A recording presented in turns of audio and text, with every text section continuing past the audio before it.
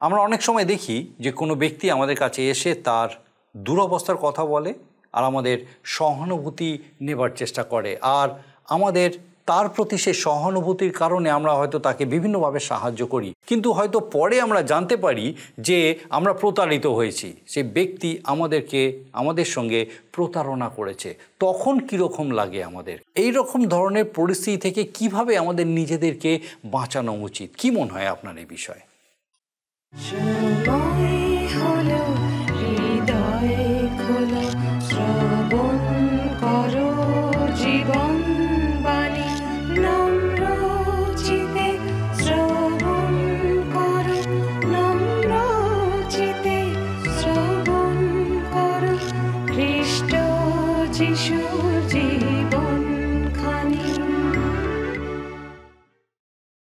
নমস্কার, জীবনবাণী অনুষ্ঠানে আপনাকে স্বাগত জানাই।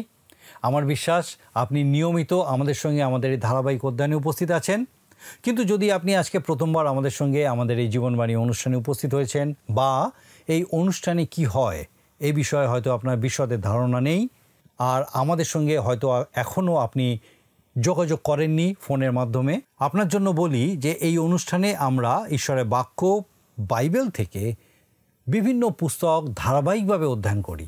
আর আমাদের এই অধ্যয়নে আমরা এখন বাইবেলের নতুন নিয়ম থেকে ফিলিপিও পুস্তক নিয়ে অধ্যয়ন করছি।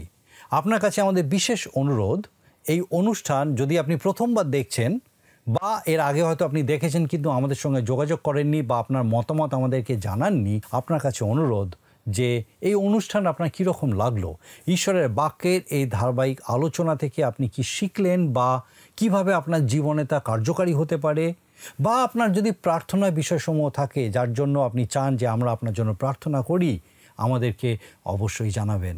আমরা খুব খুশি হব যদি আপনি আমাদের সঙ্গে যোগাযোগ করেন।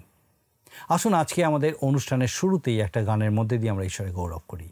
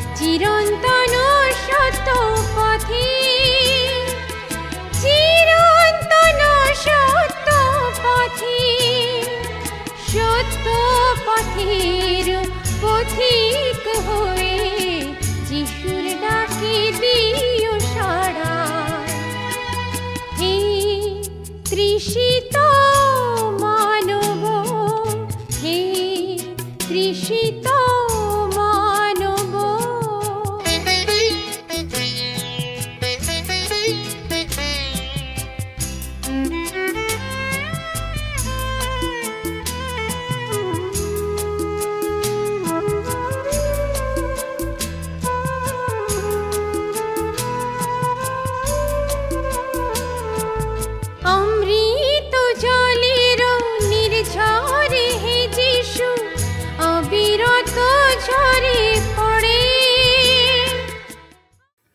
পবিত্র বাইবেলের বিভিন্ন পুস্তকগুলি ধারাবাহিক অধ্যয়নে আমরা নতুন নিয়মের ফিলিপীয় মণ্ডলীর প্রতি সাধু পৌলের পত্রটি নিয়ে আলোচনা শুরু করেছি।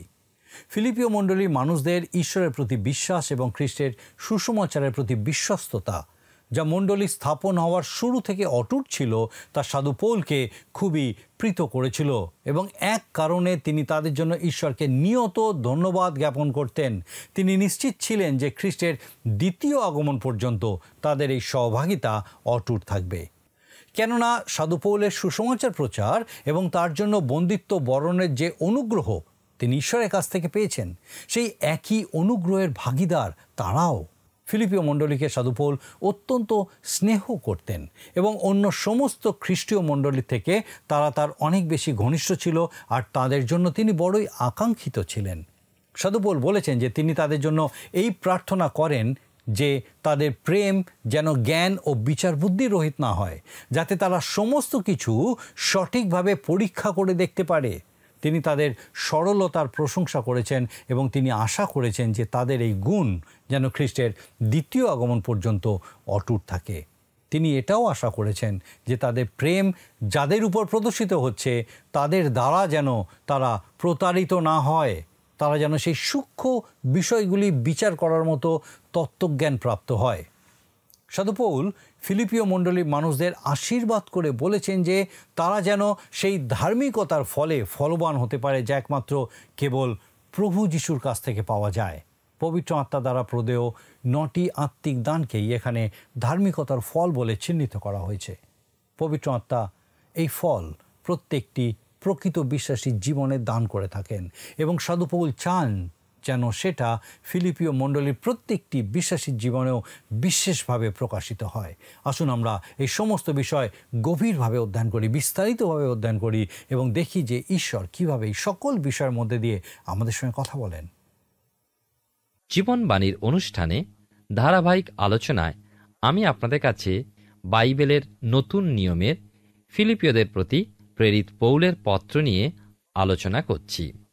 গত অনুষ্ঠানে আমি আপনাদের কাছে 1 অধ্যায় 5 এবং 6 পদ নিয়ে আলোচনা করেছি এবং আমরা দেখেছি আমরা যখন নিরাশ হতাশ হয়ে পড়ি, যখন জীবনে কোনো আশা নেই মনে করি, কিন্তু আমরা সত্যি ঈশ্বরের জন্য এবং তার কাজের জন্য বাঁচবার জন্য এবং এগিয়ে যাবার জন্য যখন চেষ্টা করি, ঈশ্বর আমাদের জীবনে সেই কার্য সাধন করেন। আর আজকের আমরা এর পরের অংশ 7 পদ থেকে আমরা দেখব। আসুন আমরা ফিলিপীয়দের প্রতি প্রেরিত পৌলের পত্রের 7, 8 এবং 9 পদ একসাথে পাঠ করব। লেখা আছে এখানে, আর তোমাদের সকলের বিষয় আমার এই ভাব রাখা ন্যায্য, কেননা আমি তোমাদিগকে হৃদয়ের মধ্যে রাখি, যেহেতু আমার বন্ধন সম্বন্ধে এবং সুসমাচারের পক্ষ সমর্থনে ও প্রতিপাদন সম্বন্ধে তোমরা সকলে আমার সহিত অনুগ্রহের সহভাগী হইয়াছ। কারণ ঈশ্বর আমার সাক্ষী যে খ্রিস্ট যিশুর স্নেহে আমি তোমাদের সকলের জন্য কেমন আকাঙ্ক্ষী। আর আমি এই প্রার্থনা করিয়া থাকি, তোমাদের প্রেম যেন তত্ত্বজ্ঞানে ও সর্বপ্রকার সূক্ষ্ম চৈতন্যে উত্তর উপচিয়া পড়ে। এখানে দেখতে পাচ্ছি যে সাধু পৌল বলছেন, আমি তোমাদিগকে হৃদয়ের মধ্যে রাখি। প্রকৃত খ্রিস্টীয় বন্ধুকে নিজের হৃদয়ে স্থান দিয়েছেন, যেন আমরাও সহভাগিতার বন্ধুদের আমাদের অন্তরে স্থান দিতে পারি। যে আমার অন্তরে থাকে সেজন আমার প্রিয়, আমার সুখে দুঃখের সাথী। সুসমাচারের বাঁধনে আমরা যখন একসাথে বাঁধা, তখন আমাদের একজনের অর্থে সবাই একসাথে রক্ষা পাব, সবাই একই আশীর্বাদে আশীর্বাদযুক্ত হব, একই জয়ে জয়ী হব। মণ্ডলী অর্থাৎ বিশ্বাসীবর্গ একই যিশুতে সবাই এক।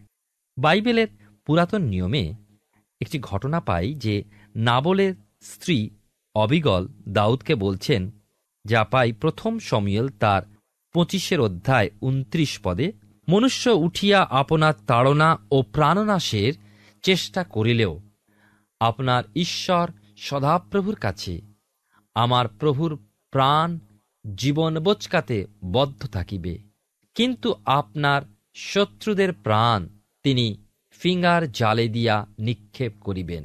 সাধু পৌল বলতে চাইছেন যে ফিলিপীয় মণ্ডলী তাঁর সাথে সুসমাচার বিষয় একটা বোঁচকাতে বাধা। সেজন্যই আমরা সহভাগিতা লাভ করি, তা সে দৈহিক হোক বা আত্মিক হোক। তাই 8 পদে তিনি বলেছেন, তোমাদের সকলের জন্য কেমন আকাঙ্ক্ষী। কোনো এক মহিলা ওই কথাতে আপত্তি জানালে যে আকাঙ্ক্ষী শব্দটা কেমন অন্য প্রকার ইঙ্গিত দেয়, সুতরাং কথাটা পাল্টে বলা উচিত। জবাব হচ্ছে এই যে সকল কথার একই অর্থ নয় এবং একই শব্দের অনেক অর্থ হয়। আমাদের স্মরণে রাখতে হবে, ঈশ্বর থেকে জ্ঞান লাভ করে যে তর্জমা বা অনুবাদ করা হয়েছে তার পরিবর্তন আমরা যেন না করি। প্রিয় ভাই ও বোন, আমাদের জীবনে সাধু পৌলের মতন যেন অন্যদের জন্য একটা বোঝা থাকে এবং সহভাগিতার একটা আকাঙ্ক্ষা থাকে, এবং ঈশ্বর আমাদের জীবনে সাক্ষী যে যিশুর স্নেহে আমরা যেন অন্যদের জন্য আকাঙ্ক্ষী হতে পারি, অন্যদেরকে ভালোবাসতে পারি, যা সাধু পৌলের জীবনে আমরা দেখতে পেলাম। আজকের জীবনে আমরা বড় স্বার্থপর, আমরা নিজেদেরকে নিয়ে ভাবি, নিজেদেরকে নিয়ে চিন্তা করি, নিজেদের কাজে ব্যস্ত থাকি, অন্যের কথা ভাবার সময় আমাদের নেই। কিন্তু খ্রিস্টীয় জীবন, প্রকৃত খ্রিস্টীয় জীবন নিজের জন্য নয়, অন্যের জন্য। তাই তো প্রভু যীশু বলেছিলেন, আমাদেরকে জ্যোতি এবং লবণের ন্যায় হতে হবে এই জগতে। জ্যোতি নিজের জন্য নয়, অন্যের জন্য আলো জ্বলে। লবণও ঠিক একই কাজ করে। লবণ তরকারির মধ্যে মিলে যায়, মিশে যায়, দেখতে পাওয়া যায় না, আস্বাদযুক্ত করে। আমরা যেন এই জগতে যেন মিশে যেতে পারি, অন্যদেরকে যেন আস্বাদযুক্ত করতে পারি যারা নিরাশার অন্ধকারে রয়েছে। আমাদের যদি সেই আকাঙ্ক্ষা না থাকে, আমরা কেমনভাবে অন্যকে জয় করতে পারবো? কেমনভাবে অন্যদেরকে ভালোবাসতে পারবো? সাধু পৌল জেলের মধ্যে বসেও, কারাগারে বসেও সেই আকাঙ্ক্ষা তার হৃদয়ে রয়েছে। 9 পদে আসবে এবারে কি লেখা আছে এখানে? আর আমি এই প্রার্থনা করিয়া থাকি, তোমাদের প্রেম যেন তত্ত্বজ্ঞানে ও সর্বপ্রকার সূক্ষ্ম চৈতন্যে উত্তর উত্তর উপচিয়া পড়ে। প্রত্যেক বিশ্বাসীর কর্তব্যের মধ্যে প্রেম একটা প্রয়োজনীয় বিষয়। সাধু পৌল প্রেম বিষয় কোনো বাধা সৃষ্টি করছেন না, কিন্তু বলছেন বিচার বুদ্ধিসহ বিবেচনা করে তোমরা প্রেমে চলো। একটা সময় ছিল যখন আমি ছোট ছিলাম, তখনকার কালের বৃদ্ধবিদ্যারা যদি শুনতেন যে কোনো ছেলে কোনো মেয়েকে ভালোবাসে, অথবা কোনো মেয়ে ও ছেলের মধ্যে ভালোবাসা আছে, তারা ধরে নিতেন যে এর চেয়ে আর খারাপ কাজ কিছু হতে পারে না। আবার যদি কেউ বলতেন, দেখো বাপু, ওই লোকটি যদিও তোমার শত্রু, মহাশত্রু, তথাপি তুমি ওকে ভালোবাসার চেষ্টা করো, এ কথা শুনলে আপনাকে অবশ্যই বলতেন, ওহ, তুমিও কিন্তু ওর দলে এখনই, এখান থেকে দূর হও, আর এসো না। বর্তমান জগতে মানুষ কিন্তু প্রেম শব্দটা নিয়ে ভুল বোঝে না, কেননা প্রেম শব্দটা কতভাবে প্রকাশ পায় তা জেনেছে এবং সূক্ষ্মভাবে বিচার করতে শিখেছে। প্রেম বা ভালোবাসা গ্রিক ভাষায় বিভিন্নভাবে প্রকাশ করা হয়েছে। একটা ভাবে হচ্ছে যে ঈশ্বর ও মানুষের মাঝে যে নিবিড় প্রেম, সেইটা হচ্ছে পবিত্র শুদ্ধ প্রেম। যে কেউ তৃতীয় ঈশ্বরকে বা বলি খ্রিস্ট প্রভু যীশুকে ভালোবাসবে, তারা এই প্রেমের ভাগী হবে। দ্বিতীয়টার কিন্তু গুরুত্বে কিছু কম, যার মধ্যে আসে বন্ধুত্বের ভালোবাসা, গভীরতা, নিবিড়তা এর মধ্যেও আছে। সাধারণভাবে আমরা দেখি পিতা মাতা ও সন্তানদের মধ্যে ভালোবাসা, ভাই বোনের ভালোবাসা ইত্যাদি। তবে স্বামী ও স্ত্রীর মাঝে যে ভালোবাসা, তার মধ্যে দৈহিক সম্বন্ধ আছে, কেননা তারা দুজনে এক হইবে। সাধু পৌল প্রার্থনা করছেন এখানে, তোমাদের প্রেম যেন উপচিয়া পড়ে। কেমন প্রেম? তত্ত্বজ্ঞান ও সর্বপ্রকার সূক্ষ্ম চৈতন্যে পূর্ণ। অনেক সময় আমরা আমাদের এককালের প্রিয় বন্ধুকে হয়তো ভালোবাসতে পারি না, কারণ হয়তো দেখি যে সেই বন্ধু ক্রমশই খুবই খারাপ কাজের মধ্যে ডুবে যাচ্ছে। তাকে প্রভুর প্রেমে ভালোবাসতে গিয়ে নানা টিটকারি বিদ্রূপ শুনতে হয়। আবার এমনও ক্ষেত্র আছে যেখানে আপন সহোদর ভাই দিনে দিনে পাপের পাঁকে ডুবে যাচ্ছে, আমরা দেখছি, বাঁচাবার চেষ্টা করলে আরও শক্ত গ্রীব হয়ে পড়ছে। তার কাছ থেকে প্রেমের পরিবর্তে ঘৃণাই পাচ্ছি। সেই সকল ক্ষেত্রে তত্ত্বজ্ঞানে ও সূক্ষ্ম চৈতন্য দ্বারা আমাদের সিদ্ধান্ত গ্রহণ করতে হয়। প্রেম আমাদের নিশ্চয়ই করতে হবে, তবে সাধু পৌল যেমন বলছেন, সূক্ষ্ম চৈতন্যে বিচার করতে হবে, তা না হলে প্রেম বৃথা হবে, দিয়াবল বা শয়তান আমাদেরকে ঠকিয়ে দেবে। আমার এক অভিজ্ঞতার কথাই বলি। একদিন আমার উপাসকের মধ্যে এক নতুন মুখ দেখতে পেলাম। দ্বিতীয় সারিতে তিনি বসেছিলেন। পাপের বেতন মৃত্যু, কিন্তু ঈশ্বরের অনুগ্রহ দান অনন্ত জীবন, এই বিষয়ে কথা বলছিলাম। সব সময় ওই নতুন মুখের প্রতি আমার দৃষ্টি যাচ্ছিল এবং লক্ষ্য করছিলাম মাঝে মাঝে সে এমনভাবে মুখের আকৃতি বিকৃতি করছিল, মনে হচ্ছিল অনুশোচনায় অনুতাপে লোকটি এখনই ভেঙে পড়বে। উপাসনা শেষে সবাই যখন বাইরে চা পানে ব্যস্ত, ওই লোকটি বেঞ্চে মাথা নিচু করে বসে আছে। তাকে ধীরে ধীরে জিজ্ঞাসা করলাম, বলো, তোমায় কি সাহায্য করব? তার দুই চোখের জল গাল বেয়ে গড়িয়ে পড়ছে, মুখ তুলতে সে সাহস করছে না। খুব ধীরে জবাব দিল, আমি বাঁচতে চাই, আপনি মুক্তি দিন। আমি যখন তাকে বললাম, খুবই আনন্দের কথা, তবে আমি তোমায় মুক্তি দিতে পারবো না, তোমাকে যিশুর কাছে নিয়ে যাব, তিনিই মুক্তি দেবেন, এসো আমরা হাঁটু গাড়ি। এই সময় সে বলল, পালক মহাশয়, আমায় আরেকটু সময় দিন, আমি আজই ফিরব। সেখানকার কাজ কারবার আমার এক আত্মীয়কে বুঝিয়ে দিয়ে সামনের সপ্তাহে এমন দিনে ফিরে আসব। মনে আমার কেমন যেন খটকা লাগলো। তবুও বললাম, ভালোই হলো, আরও প্রস্তুত হও। এবার সে আমার হাতখানি ধরে বলল, একটু দয়া করবেন, কিছু টাকা দিলে আমার ভালো হতো, আমার কাছে পয়সা নেই এখন। আর আমি তার হাতে কিছু পয়সা দিয়ে দিলাম। আর বেশ কিছুদিন পরে গল্প করতে করতে আমাকে একজন বললেন, এবং তিনি বললেন, আমি জানতাম যে আপনারা ঠকদের চিনতে পারেন। যাক, আমি একাই 80 টাকা দিইনি, বেশ কিছুদিন পর আরেকজনও সেই একইভাবে 80 টাকা দিয়েছেন। পৌল বলছেন যে তোমাদের প্রেম যেন তত্ত্বজ্ঞানের সর্বপ্রকার সূক্ষ্ম চৈতন্যে উত্তরোত্তর উপচিয়া পড়ে। ভালোবাসা আমাদের হৃদয়ে থাকবে এবং সেই ভালোবাসার মধ্যে যেন সূক্ষ্ম চৈতন্য বা জ্ঞান থাকে। আমরা যেন প্রেমে এমন কিছু না করি যার মধ্যে দিয়ে ভুল হয়ে যায়। সে কথাই সাধু পৌল এখানে বলেছেন। 10 পদে তাই লেখা আছে, এইরূপে তোমরা যেন যাহা যাহা ভিন্ন প্রকার তাহা পরীক্ষা করিয়া চিনিতে পারো, খ্রিস্টের দিন পর্যন্ত যেন তোমরা সরল ও বিঘ্ন রহিত থাকো। সাধু পৌল বলছেন যে তোমরা ঠিক পথ বিবেচনা করে চলো, ভিন্ন পথে যেও না। এক ব্যবসায়ী ব্যবসা শুরু করলেন, তার সামনে দুটো পথ, কোন পথে যাবেন? একটা সমস্যা হয়ে দাঁড়ালো। প্রার্থনা করে একটা পথে চলা শুরু করলেন, কিন্তু কিছু দূর আগাবার পরেই বুঝতে পারলেন যে সেটা ঠিক পথ নয়। তখন আবার রাস্তার মোড়ে সিদ্ধান্ত গ্রহণের স্থানে ফিরে এলেন এবং এবার অপর পথ ধরলেন। ব্যাপারটা হচ্ছে, আমরা কোনো সিদ্ধান্ত গ্রহণের সময় প্রার্থনা অবশ্যই করব। তা বলে আশা করব না যে স্বর্গ থেকে দূত নেমে এসে হাত ধরে টেনে নিয়ে গিয়ে আঙুল দিয়ে আমাদের দেখিয়ে দেবেন, এই পথ ধরো। না, সেই ব্যবসায়ী বললেন, প্রথম পথে কিছু দূর আগাতেই যখন বুঝলাম যে ওই পথ নয়, তখনই বুঝলাম আমার জন্য দ্বিতীয় পথ। সাধু পৌল বলছেন, যাহা যাহা ভিন্ন প্রকার তাহা তাহা পরীক্ষা করিয়া চিনিতে পারো।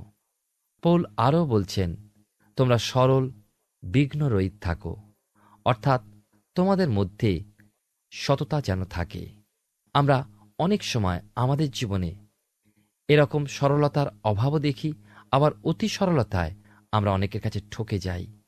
কিন্তু ঈশ্বর আমাদেরকে সেই জ্ঞান বুদ্ধি পরিচালনা দিন যেন আমরা পরীক্ষা করে বুঝতে পারি কোনটি ঠিক কোনটি ভুল। ল্যাটিন ভাষায় একটা শব্দ আছে যার মানে হচ্ছে মোম মাখানো নয়।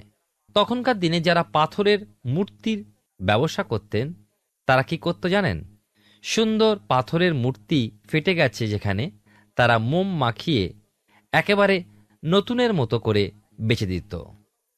আর আমাদের মতন ক্রেতারা সরল বিশ্বাসে কিনে এনে ঘরে রাখতেন। কিন্তু বেশ গরম পড়তেই দেখা যেত মোম গলে বার হচ্ছে, মূর্তির সেই ফাটা অংশ প্রকাশ পাচ্ছে।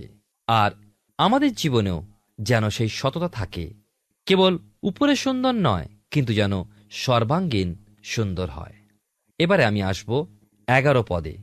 আমরা ফিলিপিওদের প্রতি প্রেরিত পৌলের পত্রের 1 অধ্যায় 11 পদ নিয়ে এখন আলোচনা করছি।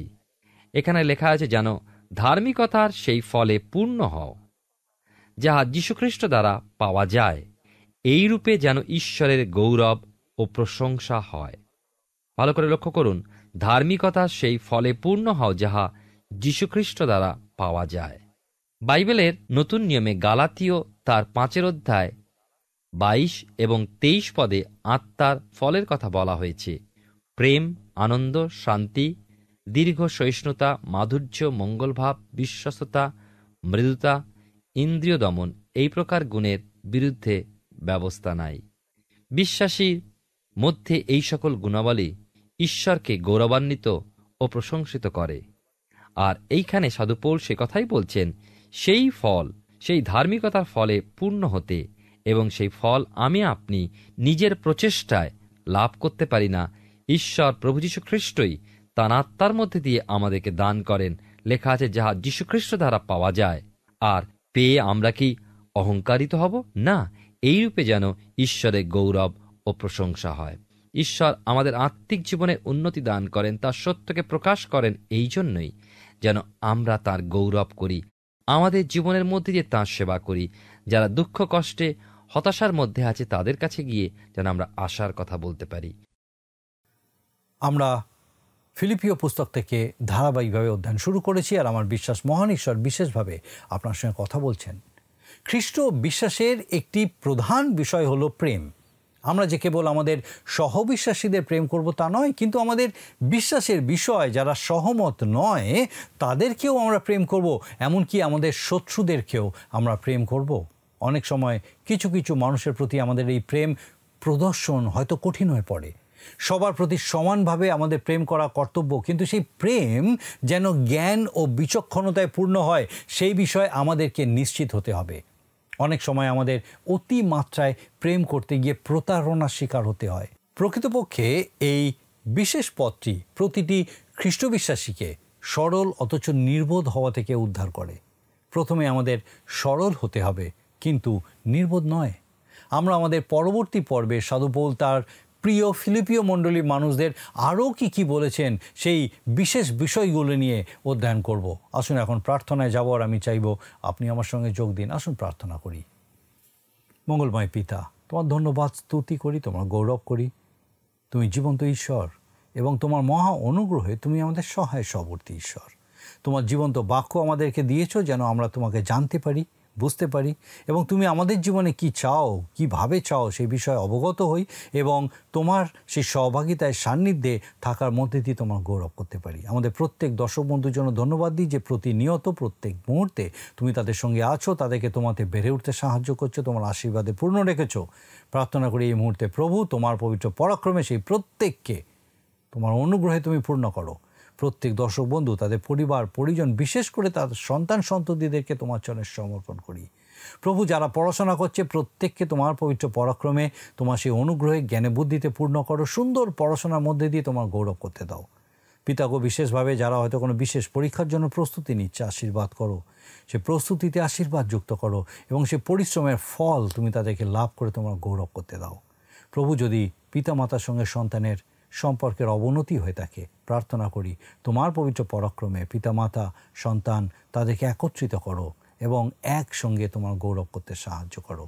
আমাদের প্রত্যেক দর্শক বন্ধু, তাদের পরিবার পরিজন, তাদের গৃহসমূহকে তুমি আশীর্বাদ করো। তোমার শান্তির গৃহরূপে সে প্রত্যেক গৃহকে আশীর্বাদ যুক্ত করো, এবং প্রত্যেকের সকল ভার নাও। তোমার যিশু নামে ভিক্ষা দয়া করে শ্রবণ গ্রহণ করো। আমেন।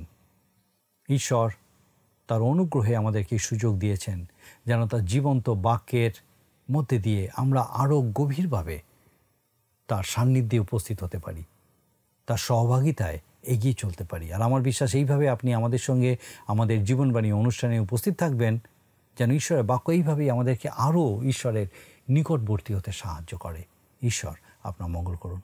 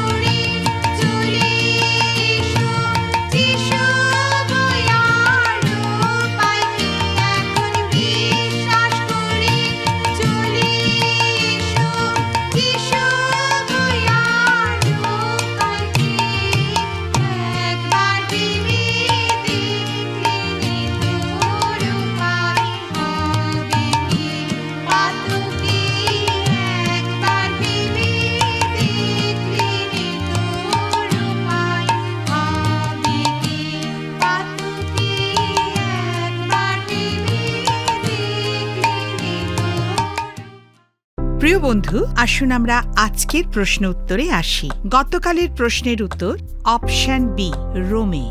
আজকের প্রশ্ন, পবিত্র আত্মার ফলগুলিতে প্রথম কোন ফলের কথা বলা হয়েছে? অপশন এ প্রেম, বি শান্তি, সি আনন্দ, ডি মঙ্গলভাব। প্রিয় বন্ধু, এই প্রশ্নের উত্তর আগামীকাল সন্ধ্যা 6টার মধ্যে option A, B, C, D সহকারে আপনার নাম ও সম্পূর্ণ ঠিকানা সহ 9433497235 এই নম্বরে SMS বা হোয়াটসঅ্যাপে পাঠাবেন। যদি আপনার এই অনুষ্ঠান ভালো লেগে থাকে তাহলে এই নম্বরে একটি মিসড কল করুন, তাহলে আপনি পরের বারে বিজয়ী হতে পারেন।